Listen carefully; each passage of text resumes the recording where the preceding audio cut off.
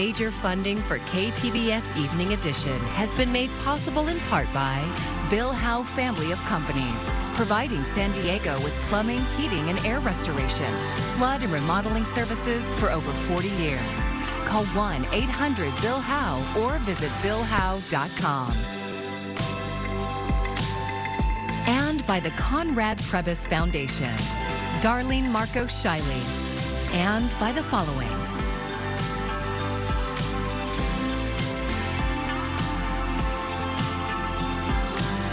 And by viewers like you. Thank you.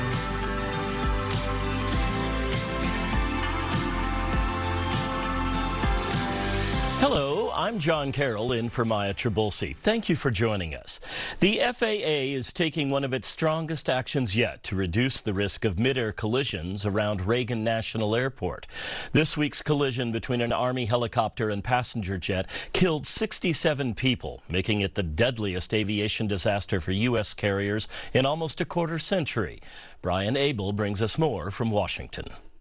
The low-altitude helicopter corridor near D.C.'s Reagan National Airport is closed indefinitely, says the FAA. The agency shut down what's known as Route 4 this morning as the investigation into Wednesday's deadly collision between an Army Black Hawk helicopter and an American Airlines jet continues. We most likely had a multitude of different issues, whether it be from understanding where a plane is, what our altitude is, what the speed is. Answers that could be in the jet's flight data and voice recorders, known as black boxes, recovered last night. Some aviation industry experts and former pilots are focusing on the Army Black Hawk, which mirrors a report in the New York Times that suggests the helicopter may have been flying higher than it should have been, and possibly outside of its approved path on the Route 4 corridor. That means at or below 200 feet above sea level. I've flown this route too many times to count. You stair step down your altitude and you keep that 200 feet plus or minus, 10, 20 feet. It's possible with all the reflections of the light being over the water that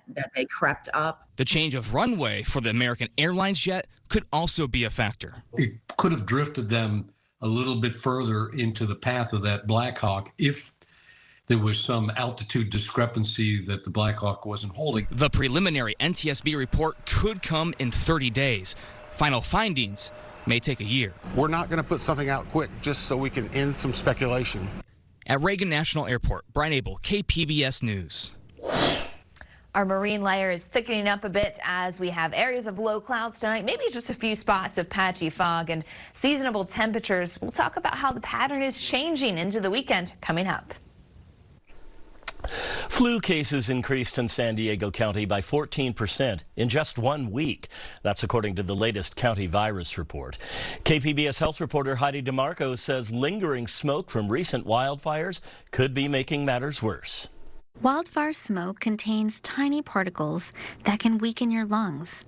Polluted air makes it easier to get sick and harder to recover, says Dr. William Sang. That could mean more severe illness for some. When you catch the flu, it basically inflames your entire upper airways, right? And even lower airways as well. So it makes it weaker. And when you're weaker, a bacteria can then set in and cause a pneumonia. Sang says for people with already weakened lungs, the risk is even higher. If you get a bad lung already, so if you have COPD or pulmonary disease, and then on top of that you get an infection, then absolutely you're more likely for things to settle in. And even if you've already had the flu, you could still get sick again. And yes, can you get another virus again? Possibly, but probably from a different strain, meaning you get a different type of flu rather than the same one. With the flu still spreading, he says prevention is key. The bottom line, vaccination absolutely has been proven to help.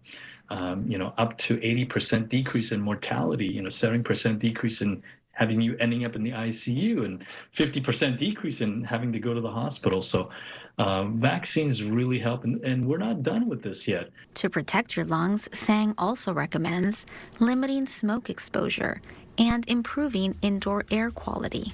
Putting a HEPA filter in your house, that would be very important. Not smoking is huge.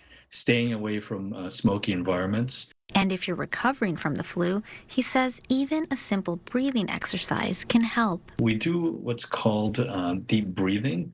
So we kind of pull down our lungs to open up the airways, because when your airways are socked in, you're more likely to get things that get stuck. His final advice? Take out that mask if you need to.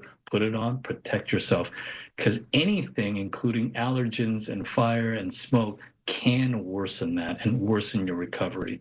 Heidi DeMarco, KPBS News. Special education staff in the San Diego Unified School District say they have too many students to give them the attention they need. KPBS education reporter Katie Anastas says they held a rally before this week's school board meeting calling for increased staffing. Education specialist Jennifer Stanchak works with students who are in general education classrooms but need extra support for reading, writing, or behavioral challenges. We're here because we can't support our students when we are over caseload year after year. It means less support for our students. It means less time that we have to work with our families. Last year, she says she had 35 students. That's 15 more than the district and teachers union agreed on for those with mild to moderate disabilities. She says when staff like her are overloaded with students, their classmates suffer too. Parents, when you hear that we're over caseload, it's affecting your student. It's affecting every general education teacher because there's not that support in the classrooms. Kyle Weinberg is president of the San Diego Education Association. He says there are 93 schools where teachers are over their caseload caps. That's out of 172 schools, so the majority of the schools in the district right now have caseload overages and students aren't getting the services and supports they need. Weinberg says teachers want to see long-term solutions to the staffing problem. The district needs to do a better job of recruiting and retaining educators into special education positions. We've seen these caseload overages and these vacancies in our schools year after year, and what we're doing as a district right now is not enough. Interim Deputy Superintendent Nicole DeWitt says it's part of a nationwide shortage of special education teachers. So what we've done internally is we actually have created pipeline programs to help grow our own educators. We have teacher residency programs specifically for special education, and we also have intern programs where we're working directly with our university partners to try to recruit as many of those new candidates into our system as soon as possible. We can't wait! We can't wait! The union can file grievances against the district when caseload caps are violated.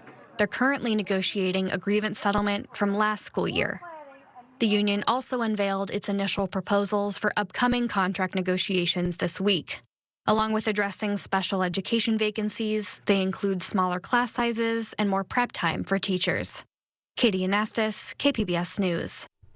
Starting tomorrow, President Donald Trump will impose a 25% tariff on goods imported from Canada and Mexico. It's a move set to hit San Diego hard.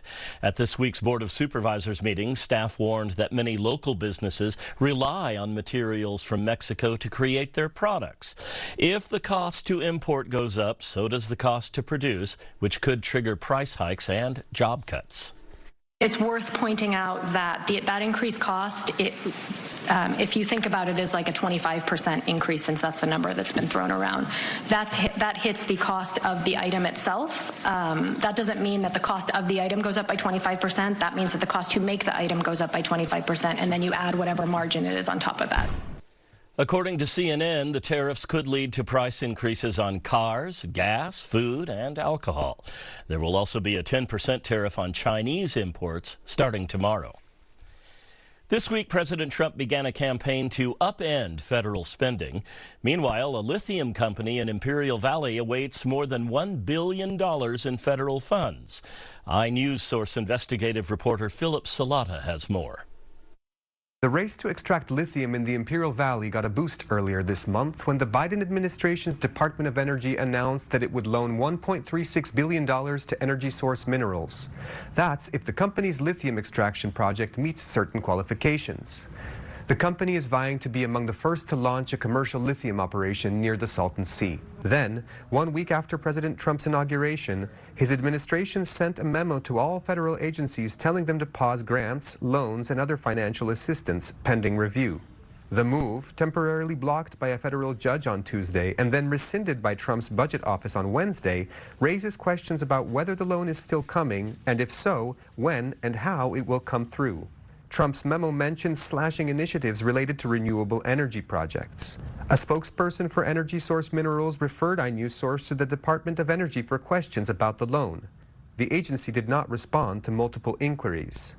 Lithium is a metal used for making batteries. The U.S. currently depends on foreign suppliers for the mineral, while vast stores under the Salton Sea could help make the United States a key player worldwide. Late last year, Imperial Valley Supervisor Ryan Kelly told iNewsSource he was working hard to advocate for federal funds. He has been a key leader in Lithium Valley development and has been persistently hopeful despite fluctuations in the market.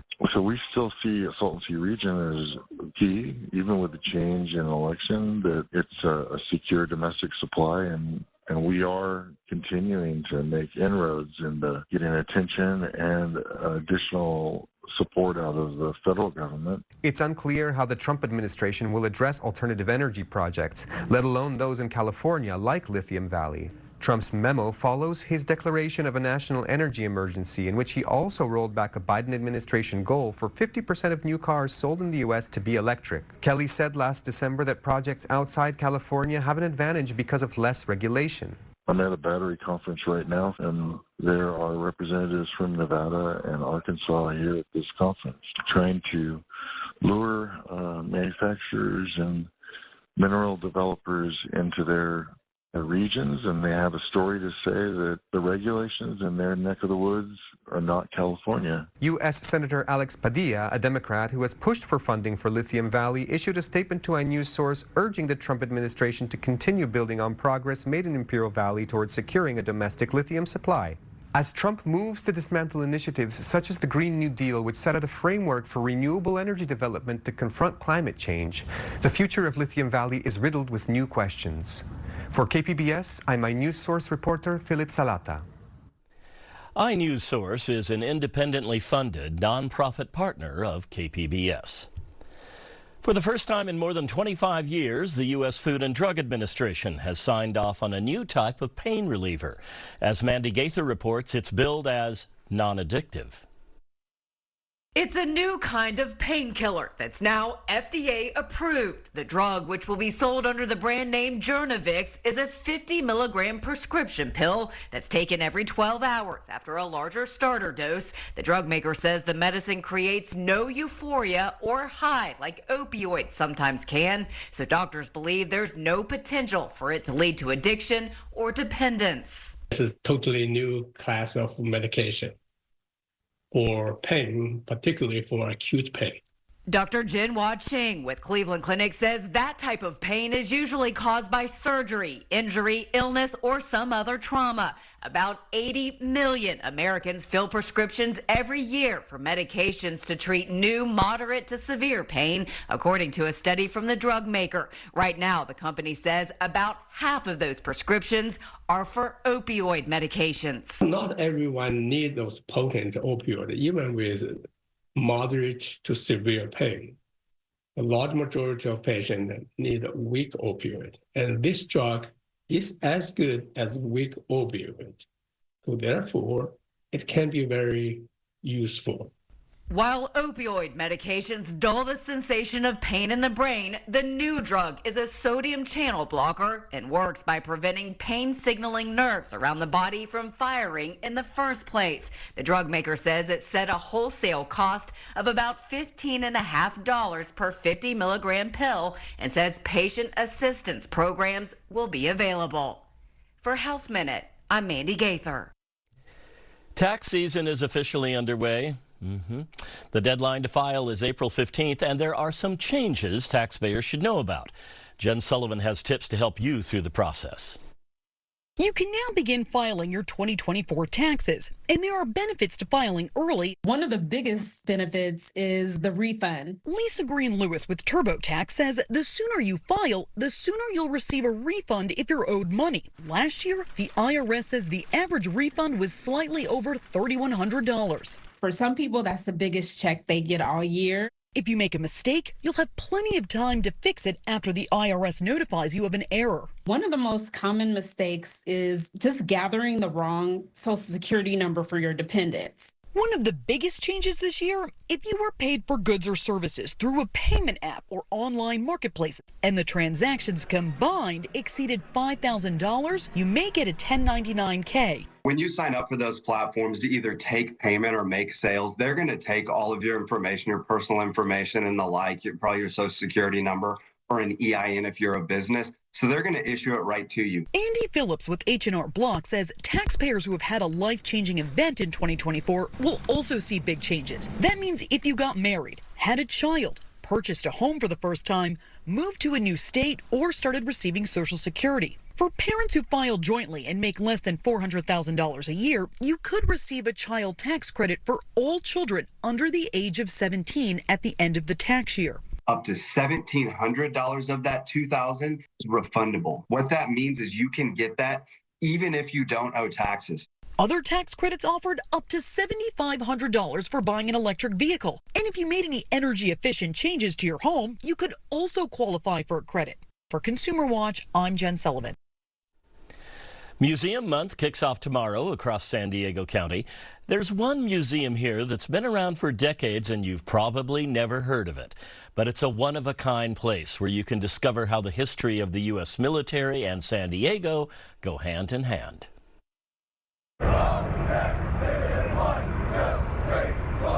If you happen to be on base at the Marine Corps Recruit Depot and you miss the sign out front, you could miss something truly special. This, as the sign says, is the Command Museum at MCRD. We are here to preserve the legacy of the United States Marine Corps. Given the Corps has been around since 1775, there is a lot of legacy to preserve. It's Marketing Director Ashley Petter's job to spread the word about the museum. It's kind of tucked away at MCRD San Diego.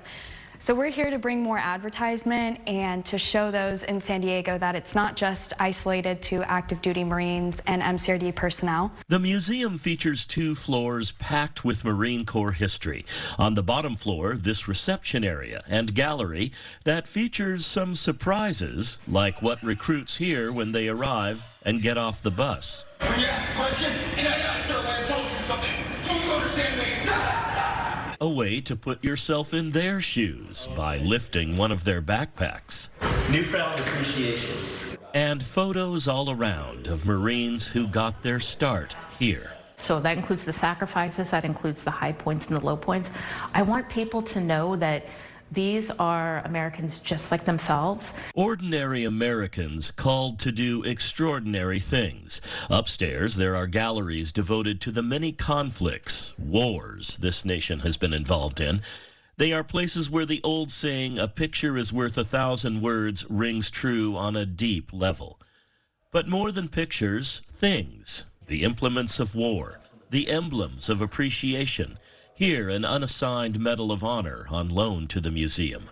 It's a primer on American history, international history in some ways, and of course the local history component. You're going to come away learning a lot. The local history component. Anyone who lives here now knows what a big part the military plays in the life of San Diego. But here you come to understand how intertwined the two have been for a very long time. The Marine Corps has been part of the fabric of San Diego really since 1911 and then 1914 and again in 1921 when the space first opened. The MCRD Command Museum is just one of more than 70 museums, cultural institutions, historic sites, gardens, zoos, and aquariums featured this month. This one is always free, but others are half off. You can already go to libraries right now, and you can pick up your Museum Month Pass, and it has a list of all the museums that are participating. There's also a QR code on this and at the posters that you'll see at the museums. Do yourself a favor and go. It is just the coolest thing. But one thing about the Command Museum, since it's on base, you cannot just walk right in. Instead, go to mcrdmuseumfoundation.org for information on how to visit. And again, it's always free. The museum is generally open from 8 to 3, Monday through Friday.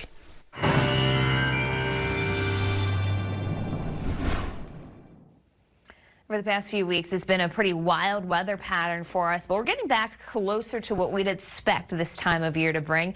However, as our marine layer thickens, we will be talking about a warming trend heading into this weekend, so that's going to change some of the numbers on us. However, next week, we could actually be talking about a little bit of precipitation coming back into the mix. That'll be one of our better chances of rain coming up in the days ahead.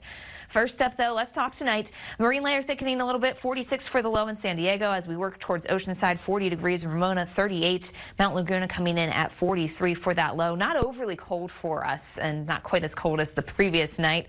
Most of the action, though, as far as precipitation is concerned, is going to stay well to our north into central and northern California. As you work your way towards the south, we just miss out on any sort of precipitation heading into tomorrow. So tomorrow, our forecast is dry, 65 for the high.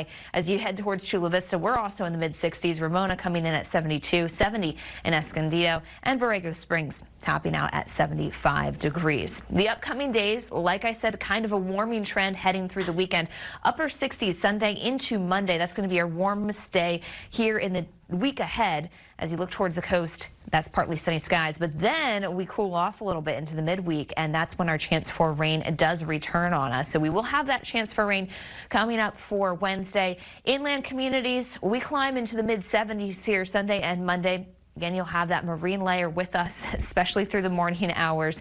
It's still pretty thick out there as we work our way into the mountain communities. Some partial sunshine puts us in the 50s through the weekend. It's Wednesday, though, when that rain chance returns, and highs then will only be in the lower 40s. So a good chance of that, good chunk of that day spent in the upper 30s, too.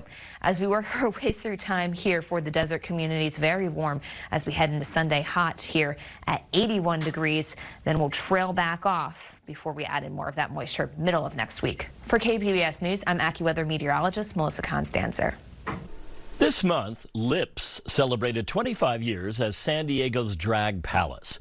KPBS arts and culture reporter Beth Accomando looks back on some of its history and its activism. Lips is an escape. It's a destination. Chuck E. Cheese for adults, literally. Once you get in here, it looks like a drag queen threw up in here. Whatever this is, I love it. You can leave everything outside once you cross our double doors and just give yourselves over to the place. The place vibrates to music played at 11 and is covered in so much glitter that the term gaudy pales under the brightly colored lights bouncing off the multiple disco balls. Lips was born out of the club culture of the late 80s and early 90s. Lips started in New York City, then expanded west to San Diego. San Diego at that time was a small town playing dress up. But Lips raised the bar, says performer and show coordinator Tootie. Its first home was in Bankers Hill before landing on El Cajon Boulevard and taking over an old restaurant.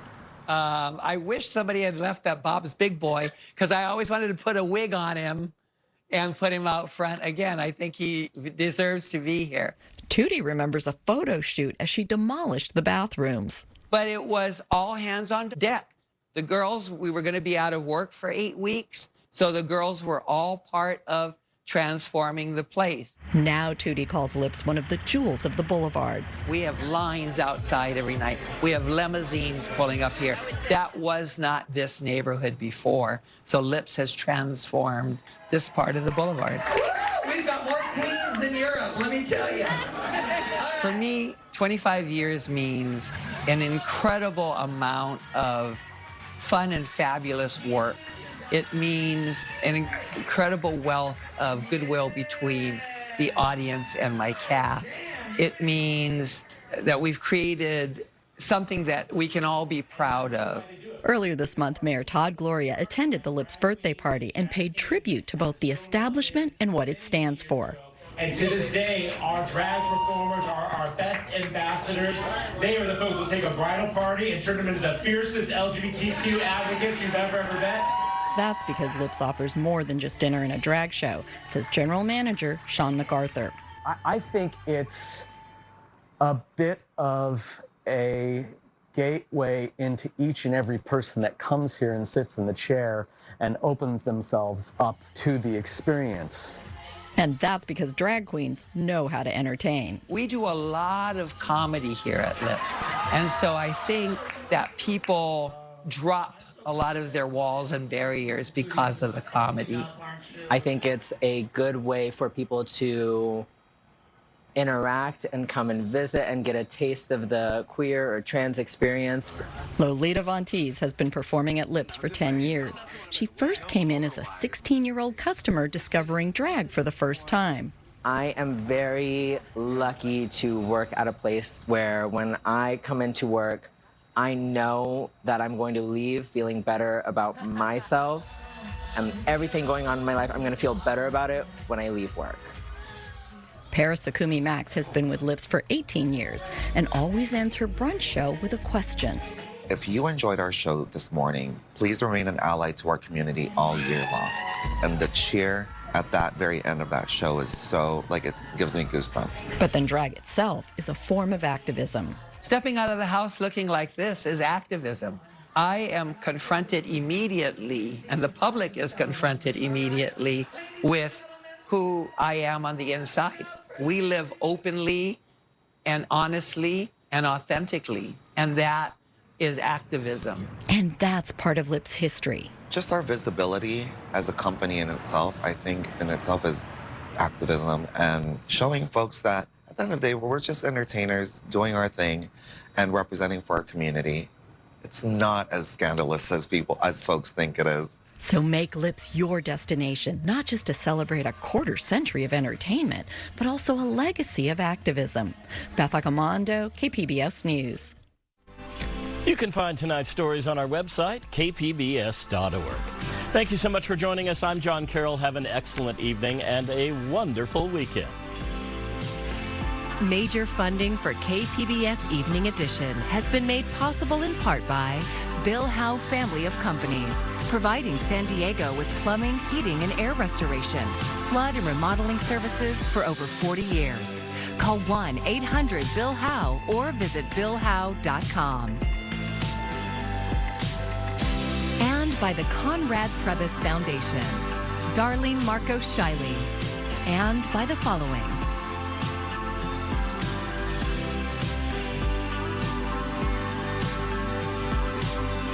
And by viewers like you. Thank you.